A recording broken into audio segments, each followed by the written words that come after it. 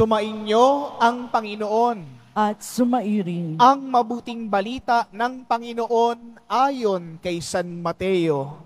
papuri sa iyo, Panginoon.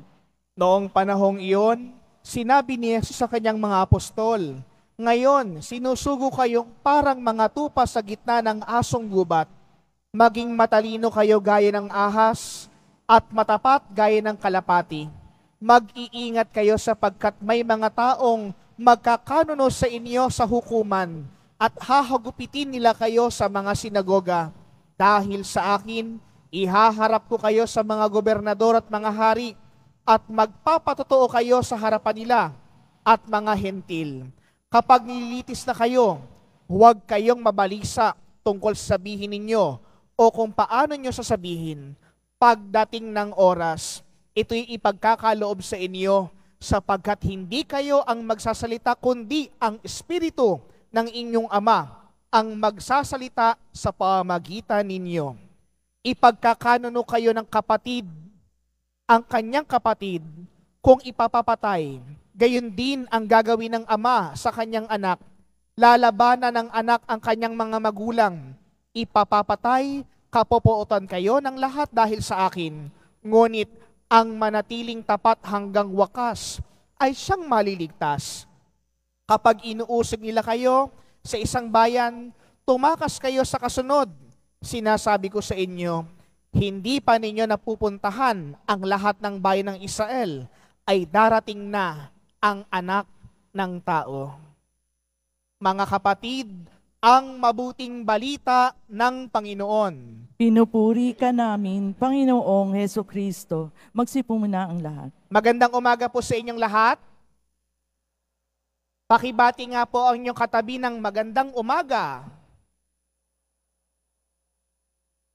Mga kapatid, ngayon po atin pong nasaksihan at napakinggan sa mabuting balita na ang mga sumusunod sa Panginoon, ang mga tagapagpatotoo ng ating Panginoong Jesucristo ay hindi magiging madali ang responsibilidad at gampanin. Bakit? Tayo daw po ay uusigin, pahihirapan, at papatayin.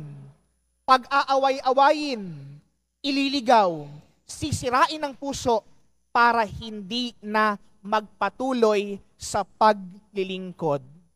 Mga kapatid, mga kapwa ko po deboto, kapag ba ang simbahang ito pinasara at pinagbawalan tayong pumunta sa loob ng simbahang ito, hindi na ba kayo pupunta?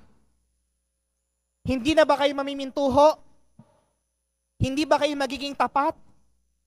Mga kapatid, madalas maraming mga tao sa buhay natin, susubukan tayo sa ating pananampalataya. At madalas ang mga taong ito'y nasa paligid lang natin. Pero magpapasubok po ba kayo? Magpapataig po ba kayo? Kung ikaw ay totoong deboto at namamanata sa poong Jesus Nazareno, kahit isarado, kahit pagbawalan, kahit hadlangan, mananatili tayong tapat sa ating Panginoong Hesukristo. Mga kapatid, sa mabuting balitang itong napakinggan po natin, bakit ba ito ang konteksto ng mabuting balita? Kasi mga kapatid, ang ating Panginoong Hesukristo, tinuruan na niya ang mga alagad. Ginabayan na, hinubog. Pero pinakita ni Jesus ang katotohanan na kung ikaw ay magiging katuwang ko, katulong ko, lingkod ko, hindi ito madali. Talagang ikaw ay mahihirapan. Pero sa kabila ba ng hirap, sa kabila ng pagpipigil sa iyo, mananatili ka ba sa ating Panginoong Hesukristo? Kaya po ang tanong sa atin mga kapatid ngayong misa nating ito, sa mabuting balitang napakinggan, ano ang iyong disposisyon sa iyong pananampalataya? Kapag ba hindi na pinakinggan ng Diyos ang dasal mo, mamimintuho ka pa ba? Kapag kinuha ba ng Diyos ang lahat ng sa iyo, maniniwala ka pa ba? Kapag ba ikaw ay pinagbawalang humawak kung saan, kumapit sa pananampalataya, inimbitahan dito, pinaalis sa simbahan, napagalitan, maniniwala ka pa bang merong Diyos? Mga kapatid, ang lahat po ng ito ay paghihirap ng bawat alagad. Ngunit sa paghihirap na ito, nasusubukan kung gaano tayo kasigasig at katapat sa pananampalataya. Dahil lahat po tayo ay hindi lamang lingkod ng simbahan dahil sa pangalan. Hindi tayo lingkod ng simbahan dahil sa uniforme o damit na ating suot. Tayo pong lahat ay totoong lingkod. Nakadamit ka man o hindi. Namamanata ka man o naniniwala.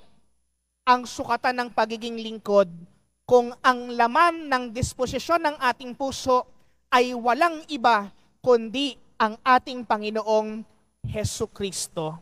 Mga kapatid, naniniwala po ako, kaya po kayo nandito, hindi lang para sa hiling, hindi lang para sa hinihingi, hindi lang para sa nais nyo, kundi narito kayo kasi naniniwala kayo na ibibigay ito ng ating Panginoong Hesukristo.